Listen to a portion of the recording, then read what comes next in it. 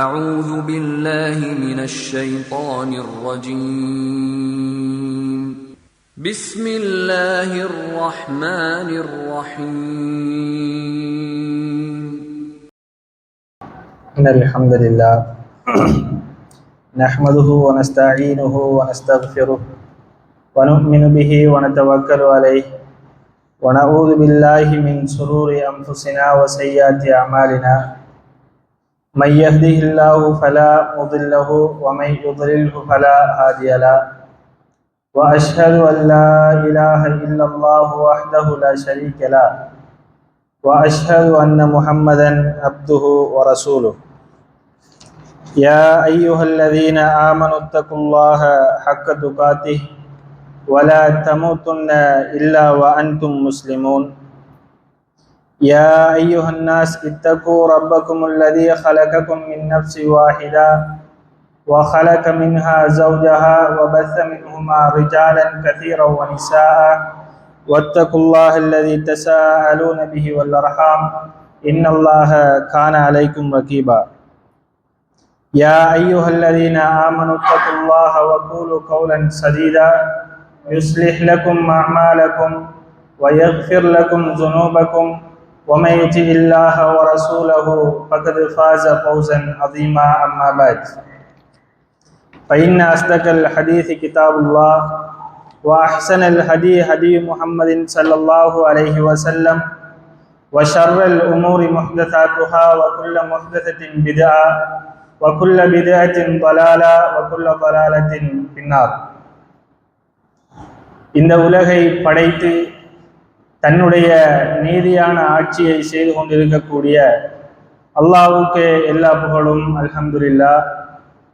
நரகை நோக்கி சென்று கொண்டிருந்த ஒரு சமூகத்தை சுவர்க்கத்தின் சொந்தக்காரர்களாக மாற்றி அமைத்த எம்பெருமானார் நபிகள் நாயகம் ஸல்லல்லாஹு அலைஹி வஸல்லம் அன்னவர்கள் மீதும் அவர்களுடைய வாழ்வை நாளை மறுமை நாள் வரை யாரெல்லாம் எடுத்து நடக்கின்றார்களோ அத்தனை நல்லடியார்கள் மீதும் அல்லாஹ்வினுடைய சாந்தியும் சமாதானமும் என்றென்றும் உண்டாகட்டும் என வேண்டியன் பின்பு பர்லைனாகிய புனித ஜும்மா கடமையை நிறைவேற்றுவதற்காக வேண்டி அல்லாஹ்வினுடைய மஸ்ஜிதிலே ஒன்று கூடியிருக்கும் அன்பின் இஸ்லாமிய சகோதரர்களே, அல்லாஹ்வின் நல்லடியார்களே, அல்லாஹ்வும் அவனுடைய தூதர் ஸல்லல்லாஹு அலைஹி வஸல்லம் அவர்களும் நாங்கள் எந்த நல்ல விடயங்களை எல்லாம் எடுத்து நடக்கின்ற பொழுது சுவர்க்கத்தில் நுழையலாம் என்று ஆசையூட்டி இருக்கின்றார்களோ, ஆர்வமூட்டி இருக்கின்றார்களோ, அந்த நல்ல விடயங்களை, நல்ல அமல்களை எங்களுடைய வாழ்க்கையில் எங்களுடைய சக்திக்குட்பட்டவரை எடுத்து நடக்குமாறும், எவையெல்லாம் பாவமான காரியங்கள் அவற்றை நீங்கள் செய்யக்கூடாது, மீறி அப்படி செய்தால் அல்லாஹுவால் தயார் செய்து வைத்திருக்கக்கூடிய கொடிய நரகில் நுழைவோம் என்று அச்சமூட்டி எச்சரிக்கை செய்திருக்கின்றார்களோ, அந்த விடயங்களை எங்களுடைய வாழ்க்கையில் முற்று முழுதாக தவிர்த்து கொள்ளுமாறும் எனக்கும் உங்களுக்கும் ஞாபகமூட்டிக் கொள்கின்றேன். கண்ணியத்திற்குரிய அல்லாஹ்வினுடைய நல்லடியார்களே, அன்பின் இஸ்லாமிய சகோதரர்களே, அல்லாஹு தஆலா எப்பொழுது மனித வர்க்கத்தையும் ஜின் வர்க்கத்தையும் படைத்து லா இலாஹ இல்லல்லாஹ் என்ற கலிமாவை நீங்கள் ஏற்றுக்கொள்ள வேண்டும் என்று கூறினானோ, அப்படி ஏற்றுக்கொண்ட அத்தனை சமூகத்தாரையும் அல்லாஹு தஆலா சோதித்திருக்கின்றான் என்பதை நாங்கள் அல் குர்ஆன் வாயிலாகவும் நபிகள் நாயகம் ஸல்லல்லாஹு அலைஹி வஸல்லம் அவர்களுடைய பொன்மொழியினூடாகவும் பார்க்கக்கூடியதாக இருக்கின்றது. இந்த உலகத்தில் எத்தனை சமூகங்கள் வந்தாலும் அதில் யாரெல்லாம் லா இலாஹ இல்லல்லாஹ் என்ற கலிமாவை ஏற்றிருக்கின்றார்களோ அத்தனை சமூகங்களும் சோதனைக்குள்ளானதாக வரலாறுகளும் அல் குர்ஆனும் எமக்கு கூறுவதை நாங்கள் பார்க்கக்கூடியதாக இருக்கின்றது. அல்லாஹ் அல் குர்ஆனிலே இந்த மனித சமூகத்தை பார்த்து கேட்கின்றான், ஹஸிபன் நாசு ஐயத்ரகு ஐயகூலு ஆமன்னா வஹும் லா யுஃப்தனூன். லா இலாஹ இல்லல்லாஹ் என்று நீங்கள் சொன்னால் அல்லாஹுவை நாங்கள் ஈமான் கொண்டிருக்கின்றோம் என்று நீங்கள் சொன்னால் உங்களை நாங்கள் சோதிக்க மாட்டோம் என்று நீங்கள் நினைத்துக் கொண்டிருக்கின்றீர்களா என்று இந்த சமூகத்தை பார்த்து அல்லாஹ் கேட்கின்றான். எதற்காக இந்த சோதனைகள் வருகின்றது என்று சொன்னால், வலயஅலமன்னல்லாஹு அல்லதீன ஆமனு வலயஅலமன்னல் முனாஃபிகீன், அல்லாஹ்வை யாரெல்லாம் உண்மையாக ஈமான் கொண்டிருக்கின்றார்கள் என்பதை பார்ப்பதற்காகவும், அல்லாஹ்வை யாரெல்லாம் ஈமான் கொண்டதை போன்று நடிக்கின்றார்கள் என்பதை பார்ப்பதற்காக வேண்டியும் அல்லாஹ் இந்த சோதனைகளை கொடுக்கின்றான் என்று அல் குர்ஆனிலே சொல்லுகின்றான். கண்ணியத்திற்குரிய அல்லாஹ்வினுடைய நல்லடியார்களே, அன்பின் இஸ்லாமிய சகோதரர்களே, ஆதி மனிதர் ஆதம் அலைஹிஸ்ஸலாம் அவர்கள் முதல் நாளை மறுமை நாள் வரை யாரெல்லாம் அல்லாஹுவை ஈமான் கொண்டிருக்கின்றார்களோ அத்தனை மனிதர்களும் சோதிக்கப்படுவார்கள் என்பதுதான் இந்த அல் குர்ஆன் வசனத்தினுடைய யதார்த்தமான தன்மையாக இருப்பதை நாங்கள் பார்க்கக்கூடியதாக இருக்கின்றது.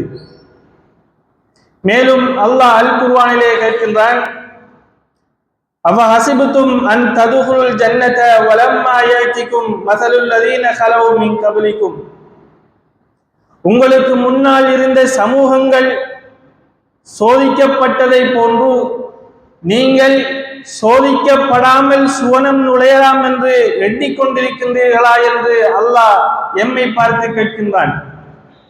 அப்படி என்றால் நபிகள் நாயகம் ஸல்லல்லாஹு அலைஹி வஸல்லம் அவர்கள் நபியாக அனுப்பப்படுவதற்கு முன்பு வந்த அத்தனை நபிமார்களுடைய சமூகங்களும் அத்தனை ரசூல்மார்களுடைய சமூகங்களும் சோதிக்கப்பட்டிருக்கின்றது என்பதை அல்லாஹ் இந்த வசனத்திலே எங்களுக்கு தெளிவுபடுத்துகின்றான். கண்ணியத்திற்குரிய சகோதரர்களே, அல்லாஹு தஆலா எங்களுக்கு ஒரு சோதனையை தருகின்றான் என்று சொன்னால் அவன் எங்களை நேசிக்கின்றான் என்பதை நாங்கள் புரிந்து கொள்ள வேண்டும். அல்லாஹ் அல் குர்ஆனிலே சொல்லுகின்றான், வலநபுலுவன்னகும் பிஷைஇம் மினல் ஹௌஃபி வல் ஜூஇ வனக்ஸின் மினல் அம்வாலி வல் அன்ஃபுஸி வஸ்ஸமராத், வலநபுலுவன்னகும் பிஷைஇன், சில விடயங்களை கொண்டு உங்களை நாங்கள் சோதிப்போம். மினல் ஹௌஃபி, அது பயமாக இருக்கலாம். வல் ஜூஇ, பசியை கொண்டு உங்களை சோதிப்போம். வனக்ஸின் மினல் அம்வால், உங்களுடைய பொருளாதாரத்திலே குறைவு ஏற்படுவதை கொண்டு நாங்கள் சோதிப்போம். வல் அன்ஃபுஸி, சில உயிர்களை நாங்கள் பிரித்து எடுப்பதை கொண்டு உங்களை நாங்கள் சோதிப்போம்.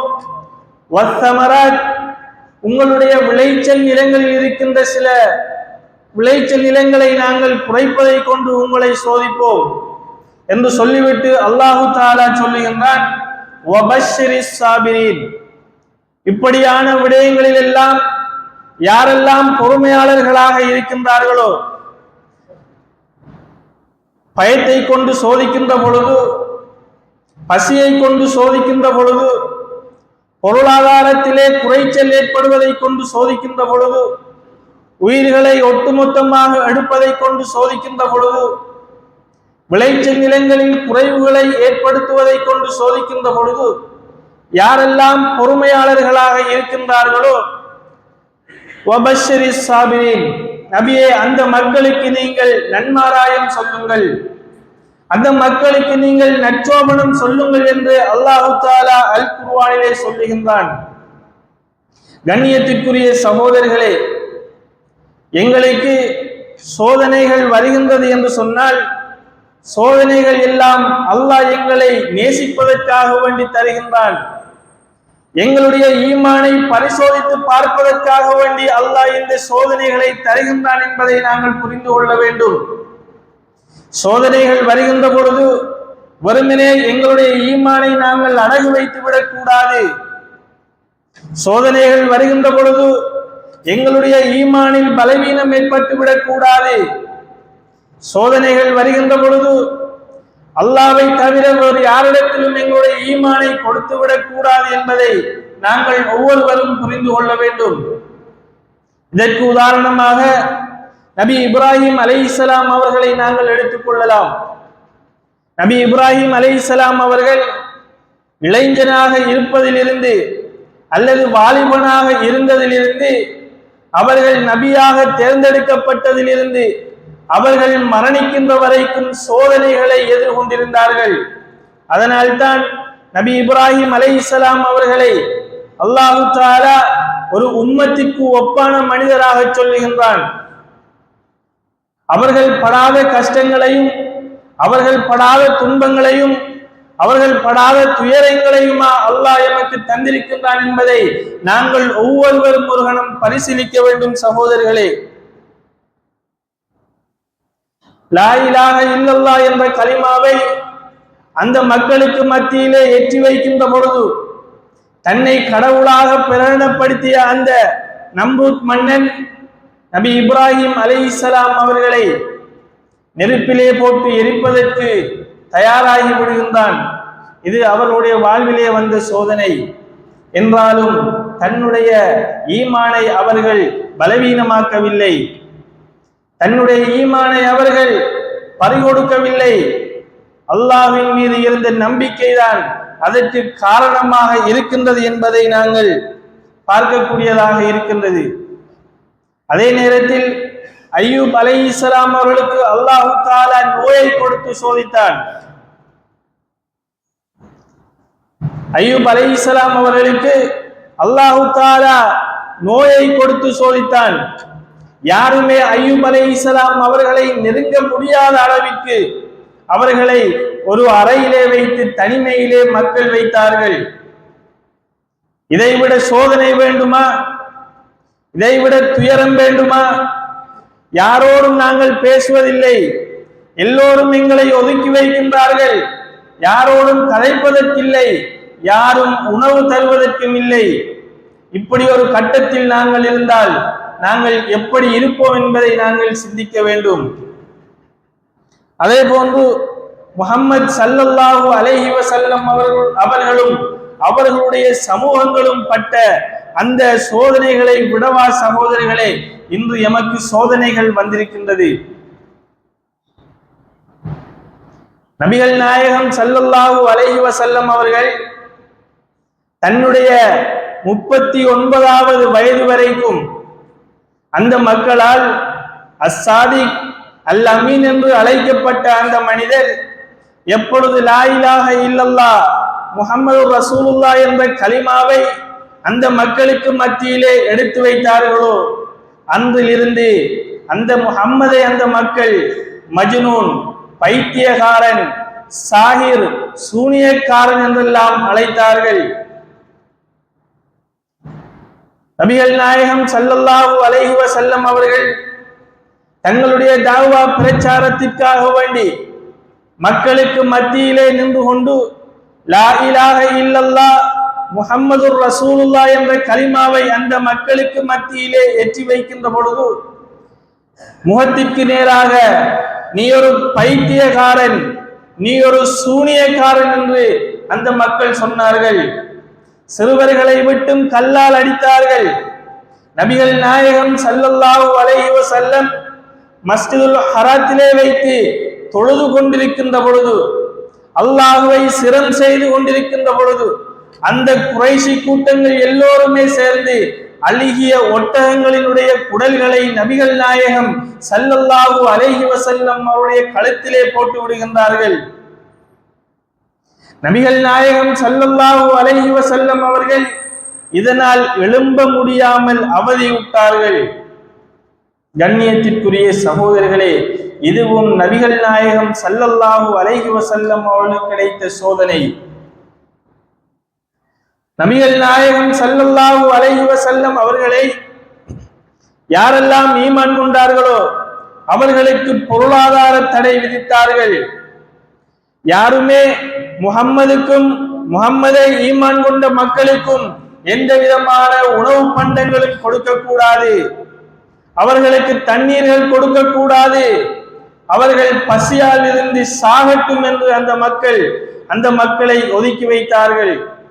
சுமார் 3 வருட காலங்கள் நபிகள் நாயகம் ஸல்லல்லாஹு அலைஹி வஸல்லம் அவர்களையும் அவர்களை ஈமான் கொண்ட மக்களையும் ஒரு பள்ளத்தாக்கிலே அடைத்து வைத்து பொருளாதார தடை விதித்தார்கள். இதனால் ஆடுகளினுடைய புழுக்கைகள் காய்ந்ததும் அதை எடுத்து சாப்பிடுகின்ற அளவிற்கு அந்த மக்கள் சோதனைகளை எதிர்கொண்டார்கள். கண்ணியத்திற்குரிய சகோதரர்களே, இந்த இஸ்லாமிய மார்க்கம் எங்களுக்கு இலகுவாக கிடைத்து விட்டதன் காரணத்தினாலோ என்னவோ தெரியவில்லை, இந்த இஸ்லாத்தினுடைய மகிமை எங்களுக்கு புரியாமல் இருக்கின்றது. அல்லாஹ் சில நேரங்களில் எங்களுக்கு சோதனைகளை தந்துவிட்டால் அல்லாஹ்விற்கு ஏசக்கூடியவர்களாக நாங்கள் இருக்கின்றோம். அல்லாஹ் எதற்காக வேண்டி எங்களுக்கு சோதனைகளை தருகின்றான் என்பதை புரிய முடியாத மக்களாக இன்று எம்மில் பெரும்பான்மையானவர்கள் இருந்து கொண்டிருக்கின்றார்கள் என்பதை நாங்கள் பார்க்கக்கூடியதாக இருக்கின்றது. அதே போன்று கண்ணியத்திற்குரிய சகோதரர்களே, நபிகள் நாயகம் ஸல்லல்லாஹு அலைஹி வஸல்லம் அவர்களை ஈமான் கொண்ட மக்களும் கடுமையான சோதனைக்குட்படுத்தப்பட்டவர்களாக இருந்திருக்கின்றார்கள். பிலால் ரலியல்லாஹு அன்ஹு அவர்கள் சுடுமணலிலே வைக்கப்பட்டு அவர்களுக்கு மேலே பாறாங்கல்லில் வைத்து அவர்கள் இழுக்கப்படுகின்ற அளவிற்கு சோதனைகளை அவர்கள் எதிர்கொண்டிருந்தார்கள். அம்மார் ரலியல்லாஹு அன்ஹு அவர்கள், யாசிர் ரலியல்லாஹு அன்ஹு அவர்கள் 2 குதிரைகளுக்கு இடையிலே கட்டப்பட்டு 2ஆக கிழிக்கப்பட்டிருந்தார்கள். அன்னை சுமையா ரலியல்லாஹு அன்ஹா அவர்கள் தன்னுடைய மர்மஸ்தானத்திலே லா இலாஹ இல்லல்லாஹ் முஹம்மது ரசூலுல்லாஹ் என்ற கலிமாவை ஏற்றுக்கொண்டதனால் அம்பினால் குத்தப்பட்டு ஷஹீதாக்கப்பட்டார்கள். இப்படியான சோதனைகளை அல்லாஹ் எங்களுக்கு தந்திருக்கின்றானா? அல்லது இப்படியான சோதனைகளை நாங்கள் எதிர்கொண்டிருக்கின்றோமா எங்களுடைய வாழ்க்கையில்? கண்ணியத்திற்குரிய சகோதரிகளே, நாங்கள் ஒவ்வொருவரும் சிந்திக்க வேண்டும். அல்லாஹ் எங்களுக்கு சோதனைகளை தருகின்றான் என்று சொன்னால் இந்த சோதனைகளின் மூலமாக அல்லாஹ் ஏதோ ஒரு அம்சத்தை எங்களிடத்திலே எதிர்பார்க்கின்றான். நாங்கள் வெற்றி பெற வேண்டும் என்று சொன்னால் ஏதோ ஒரு அம்சத்தை அல்லாஹ் தஆலா எங்களிடத்திலே எதிர்பார்க்கின்றான். அந்த விடயம் என்ன என்பதை நாங்கள் ஒவ்வொருவரும் விளங்க வேண்டும். மூசா அலைஹிஸ்ஸலாம் அவர்களை ஈமான் கொண்ட மக்கள் மூசா அலைஹிஸ்ஸலாம் அவர்களையும் அவர்களை ஈமான் கொண்ட மக்களையும் ஃபிர்அவுன் அழிப்பதற்காக வேண்டி திரட்டி வருகின்ற சந்தர்ப்பத்திலே கடல்கள் குறுக்கறுத்து விடுகின்றன. கடல் குறுக்கறுத்து விடுகின்றன. அங்கே ஈமானில் பலவீனமான அந்த மூமின்கள் சொன்னார்கள், இன்னா லமுத்ரகூன், மூசாவே நிச்சயமாக நாங்கள் மாட்டிக்கொண்டோம். முன்னால் கடல் இருக்கின்றன, பின்னால் ஃபிர்அவுன் எங்களை திரட்டி வந்து கொண்டிருக்கின்றான்.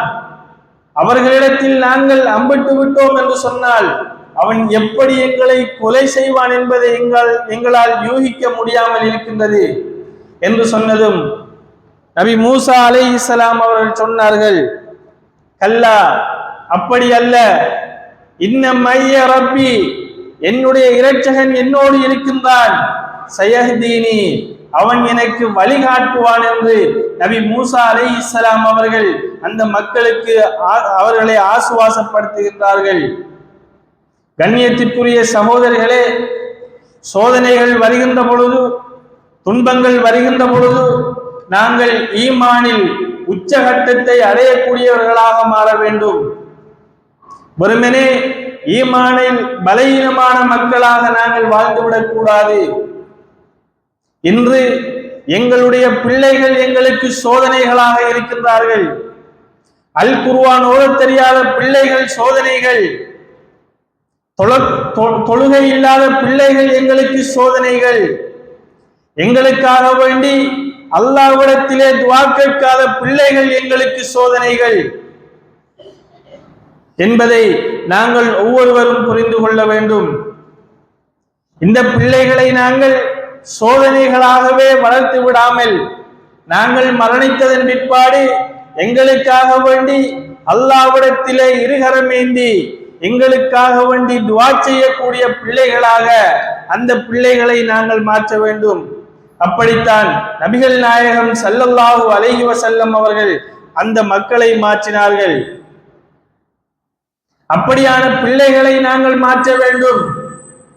அப்படியான சமூகத்தை நாங்கள் உருவாக்க வேண்டும். இந்த பிள்ளைகள் எங்களுக்கு சோதனையான பிள்ளைகளாக மாறிவிடக் கூடாது என்பதில் நாங்கள் கவனமாக இருக்க வேண்டும். அல்லாஹ்விடத்திலே அவர்களுக்காக வேண்டி அதிகமாக துஆ செய்ய வேண்டும். கண்ணியத்திற்குரிய சகோதரர்களே, சோதனைகள் வருகின்ற பொழுது, சோதனைகள் எங்களை ஆட்கொள்கின்ற பொழுது எங்களுடைய ஈமானை நாங்கள் இழந்துவிடக் கூடாது. ஏன் ஒரு விடயத்தை திரும்ப திரும்ப சொல்லுகின்றேன் என்று சொன்னால், இன்று எங்களில் பெரும்பான்மையானவர்கள் சோதனைகள் வந்தால் எங்களுடைய ஈமானை பலி கொடுக்கக்கூடியவர்களாக இருந்து கொண்டிருக்கின்றோம். எங்களுடைய ஈமானை இழக்கக்கூடியவர்களாக இருக்கின்றோம். இன்று எங்களில் பெரும்பான்மையானவர்கள் அவர்களுக்கு ஏதேனும் ஒரு சோதனைகள் வந்துவிட்டால் அவர்கள் வேறு வேறு இடங்களுக்கு சென்று தங்களுடைய சோதனைகளில் தங்களுடைய ஈமானை இழக்கக்கூடியவர்களாக இருக்கின்றார்கள். அல்லாஹ் ஒரு நோயை தருகின்றான் என்று சொன்னால் அந்த நோய்க்குரிய மருந்தை அல்லாஹு தஆலா இந்த உலகத்தில் இறக்காமல் இல்லை. ஆனால் கண்ணியத்திற்குரிய சகோதரர்களே, நாங்கள் என்று எங்களுக்குரிய நோய்கள் வந்துவிட்டால், எங்களுடைய கிட்னி ஃபெயிலியர் ஆகிவிட்டால், அல்லது ஹார்ட்ல ஒரு ப்ராப்ளம் வந்துவிட்டால், நாங்கள் இன்று எங்களுடைய ஈமானை இழக்கக்கூடியவர்களாக இருந்து கொண்டிருக்கின்றோம். அய்யூப் அலைஹிஸ்ஸலாம் அவர்களுக்கு கொடுக்காத நோயை அல்லாஹ் தஆலா எங்களுக்கு தந்திருக்கின்றான். இன்று நாங்கள் கேட்கின்றோம், அல்லாஹ்விற்கு கண் இல்லையா என்று, அல்லாஹ்விற்கு இரக்கம் இல்லையா என்று நாங்கள் கேட்கின்றோம். கண்ணியத்திற்குரிய சகோதரர்களே, இன்று எங்களுக்கு இஸ்லாமும் தெரியாது, ஈமானும் தெரியாது, அல் குர்ஆனும் தெரியாது. எங்களுடைய சமூகம் அல் குர்ஆனை விட்டும் தூரமான ஒரு சமூகமாக மாறிக்கொண்டிருக்கின்றது. இஸ்லாம் என்றால் என்னவென்று தெரியாத ஒரு சமூகமாக இன்று எங்களுடைய சமூகம் மாறிக்கொண்டிருக்கின்றது. பொருளாதாரத்தில் ஏதேனும் கஷ்டங்கள் வந்துவிட்டால் இஸ்லாம் சொல்லுகின்ற வழிகளை விட்டுவிட்டும் அவர்கள் வேறொரு வழிக்கு செல்கின்றார்கள் என்பதை நாங்கள் ஒவ்வொருவரும் யதார்த்தமாக பார்த்து கொண்டிருக்கின்றோம். எனவே கண்ணியத்திற்குரிய சகோதரிகளே, எங்களுக்கு சோதனைகளை அல்லாஹ் தஆலா தந்தான் என்று சொன்னால் அதனூடாக ஏதோ ஒரு அம்சத்தை எங்களிடத்திலே எதிர்பார்க்கின்றான் என்பதை நாங்கள் ஒவ்வொருவரும் புரிந்து கொள்ள வேண்டும். அந்த சோதனைகள் வருகின்ற பொழுது அல்லாஹ் தஆலா எங்களை விரும்புகின்றான். அதன் மூலமாகத்தான் எங்களுக்கு அல்லாஹ் தஆலா சோதனைகளை தருகின்றான் என்பதை நாங்கள் ஒவ்வொருவரும் புரிந்து கொண்டு அல்லாஹ்விடத்திலே நல்ல பெயர்களை பெற்ற மக்களாக அல்லாஹ் தஆலா என்னையும் உங்களையும் ஆக்கி அருள்வானாக. வ ஆகிரு தஅவானா அல்ஹம்துலில்லாஹி ரப்பில் ஆலமீன்.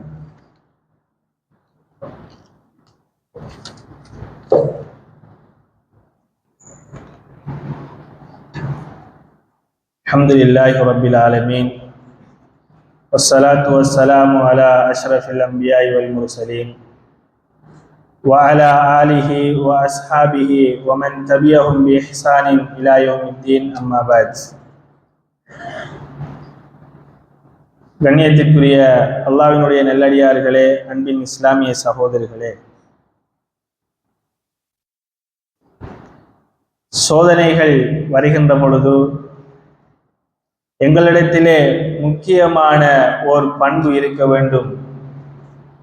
அது என்னவென்று சொன்னால், அல்லாஹ்வின் மீது அதிகமான தவக்குல் எங்களிடத்திலே இருக்க வேண்டும்.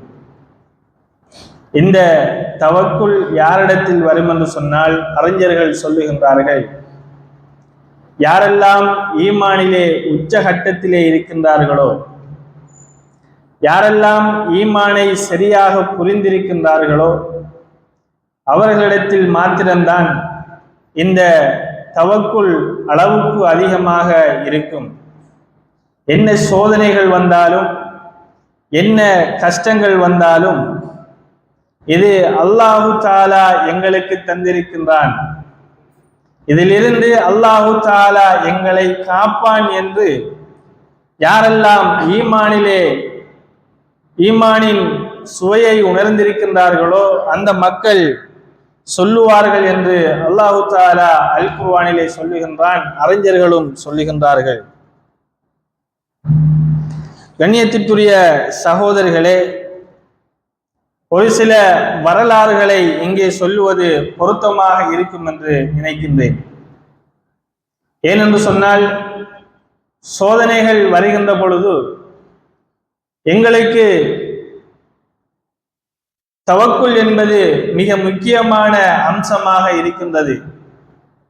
ஒரு சோதனை எங்களை அணுகுகின்றது என்று சொன்னால், ஒரு சோதனை எங்களிடத்திலே வருகின்றது என்று சொன்னால், இந்த சோதனையை தருகின்ற அல்லாஹு தஆலா எங்களை கைவிட மாட்டான் என்று நாங்கள் உறுதியாக நம்ப வேண்டும்.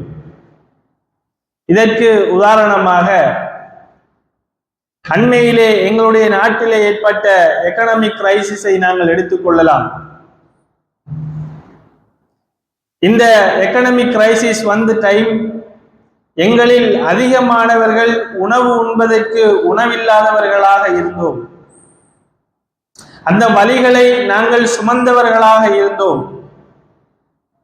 2004ஆம் ஆண்டு ஏற்பட்ட சுனாமியை நாங்கள் எடுத்துக்கொள்ளலாம். இந்த சுனாமி எங்களுடைய உடைமைகளையும் உயிர்களையும் பொருளாதாரத்தையும் அழித்து சென்ற சந்தர்ப்பத்தில் அடுத்த கட்ட வாழ்வு என்ன என்பதை அறியாதவர்களாக இருந்த நாங்கள் இன்று அல்லாஹ் தஆலா அதற்கு மாற்றமான ஒரு வாழ்க்கையை எங்களுக்கு தந்திருக்கின்றார். உண்மையிலே ஈமானில் உச்சத்தில் இருக்கக்கூடிய மூமின்களால் மாத்திரம்தான் இந்த தவக்குலை சரியான முறையிலே புரிந்து கொள்ள முடியுமாக இருக்கின்றது. கண்ணியத்திற்குரிய சகோதரர்களே, எங்கள் எல்லோருக்கும் பத்ர் யுத்தத்தை பற்றி நன்றாக தெரியும். 313 சஹாபாக்கள் 1000 எதிரிகளை எதிர்கொள்ள வேண்டும் என்று சொன்னால், இதை எப்படி சாத்தியமாக்குவது என்பதை நாங்கள் யோசித்து பார்த்தால் கற்பனையிலும் அது நடக்க முடியாத ஒரு அம்சமாக இருக்கின்றது. ஆனால் நபிகள் நாயகம் ஸல்லல்லாஹு அலைஹி வஸல்லம் அவர்கள் அல்லாஹ்வின் மீது வைத்திருந்த தவக்குலின் காரணத்தினால் அல்லாஹ்விடத்திலே சுஜூதுகளை செய்துவிட்டு அல்லாஹ்விடத்திலே துஆ செய்கின்றார்கள். எப்படி என்று சொன்னால், அல்லாஹும்ம யா அல்லாஹ் இன் துஹ்லக் ஹாதிஹில் இஸாபா, இந்த சமூகத்தை நீ அழித்து விட்டால், உன்னை ஈமான் கொண்டிருக்கக்கூடிய இந்த சமூகத்தை நீ அழித்து விட்டால், ஃபலன் தூபத் ஃபில் அர்லி அபதா, இந்த உலகத்திலே இதற்கு பின்னால் உன்னை வணங்குவதற்கு யாருமே இருக்க மாட்டார்கள். எனவே எங்களுக்கு நீ உதவி செய் என்று அல்லாஹ்விடத்திலே துஆ கேட்கின்றார்கள். கண்ணியத்திற்குரிய சகோதரர்களே, அல்லாஹ்வின் மீது வைத்த தவக்குல் வீண் போகவில்லை. அல்லாஹ்விடத்திலே கேட்ட துஆ வீண் போகவில்லை. அல்லாஹு தஆலா 1000 மலக்குமார்களை அனுப்பி அந்த யுத்தத்தை வெற்றி கொள்ள செய்கின்றான் என்று அல் குர்ஆனிலே சொல்லுவதை நாங்கள் பார்க்கக்கூடியதாக இருக்கின்றது. நபிகள் நாயகம் ஸல்லல்லாஹு அலைஹி வஸல்லம் அவர்கள் மக்காவிலே தன்னுடைய தஅவா பிரச்சாரத்தை மக்களுக்கு மத்தியிலே எட்டி வைக்க முடியாது என்பதை உணர்ந்து அல்லாஹ்வினுடைய கட்டளையின் பிரகாரம் மதீனா நகருக்கு செல்வதற்காக வேண்டி தன்னுடைய தோழர் அபூபக்கர் ரலியல்லாஹு அன்ஹு அவர்களை அழைத்து கொண்டு நடுநிசையிலே சென்று கொண்டிருக்கின்றார்கள். எதிரிகள் தங்களை பின்தொடர்கின்றார்கள் என்பதை அறிந்து கொண்ட நபிகள் நாயகம் ஸல்லல்லாஹு அலைஹி வஸல்லம் அவர்கள் தௌர் குகையிலே தன்னுடைய தோழரையும் அழைத்து கொண்டு அந்த குகையிலே சற்று தங்கிவிடுகின்றார்கள். அப்பொழுது அபூபக்கர் சித்திக் ரலியல்லாஹு அன்ஹு அவர்கள் அல்லாஹ்வினுடைய தூதரிடத்திலே கேட்கின்றார்கள், யா ரசூலல்லாஹ், அல்லாஹ்வினுடைய தூதர் அவர்களே, எங்களை சுற்றி இந்த குறைஷிகள் வந்திருக்கின்றார்கள். அவர்கள் சற்று எங்களை பார்த்தால் எங்களுடைய நிலைமை என்ன என்று கேட்டதும் நபிகள் நாயகம் ஸல்லல்லாஹு அலைஹி வஸல்லம் அவர்கள் சொன்னார்கள், லா தஹ்சன், நீங்கள் கவலைப்பட வேண்டாம், இன்னல்லாஹ மஅனா, நிச்சயமாக அல்லாஹ் எங்களோடு இருக்கின்றான் என்று நபிகள் நாயகம் ஸல்லல்லாஹு அலைஹி வஸல்லம் அவர்கள் அல்லாஹ்வின் மீது வைத்த தவக்குலை அங்கே அபூபக்கர் சித்திக் ரலியல்லாஹு அன்ஹு அவர்களுக்கு எடுத்து காண்பிக்கின்றார்கள்.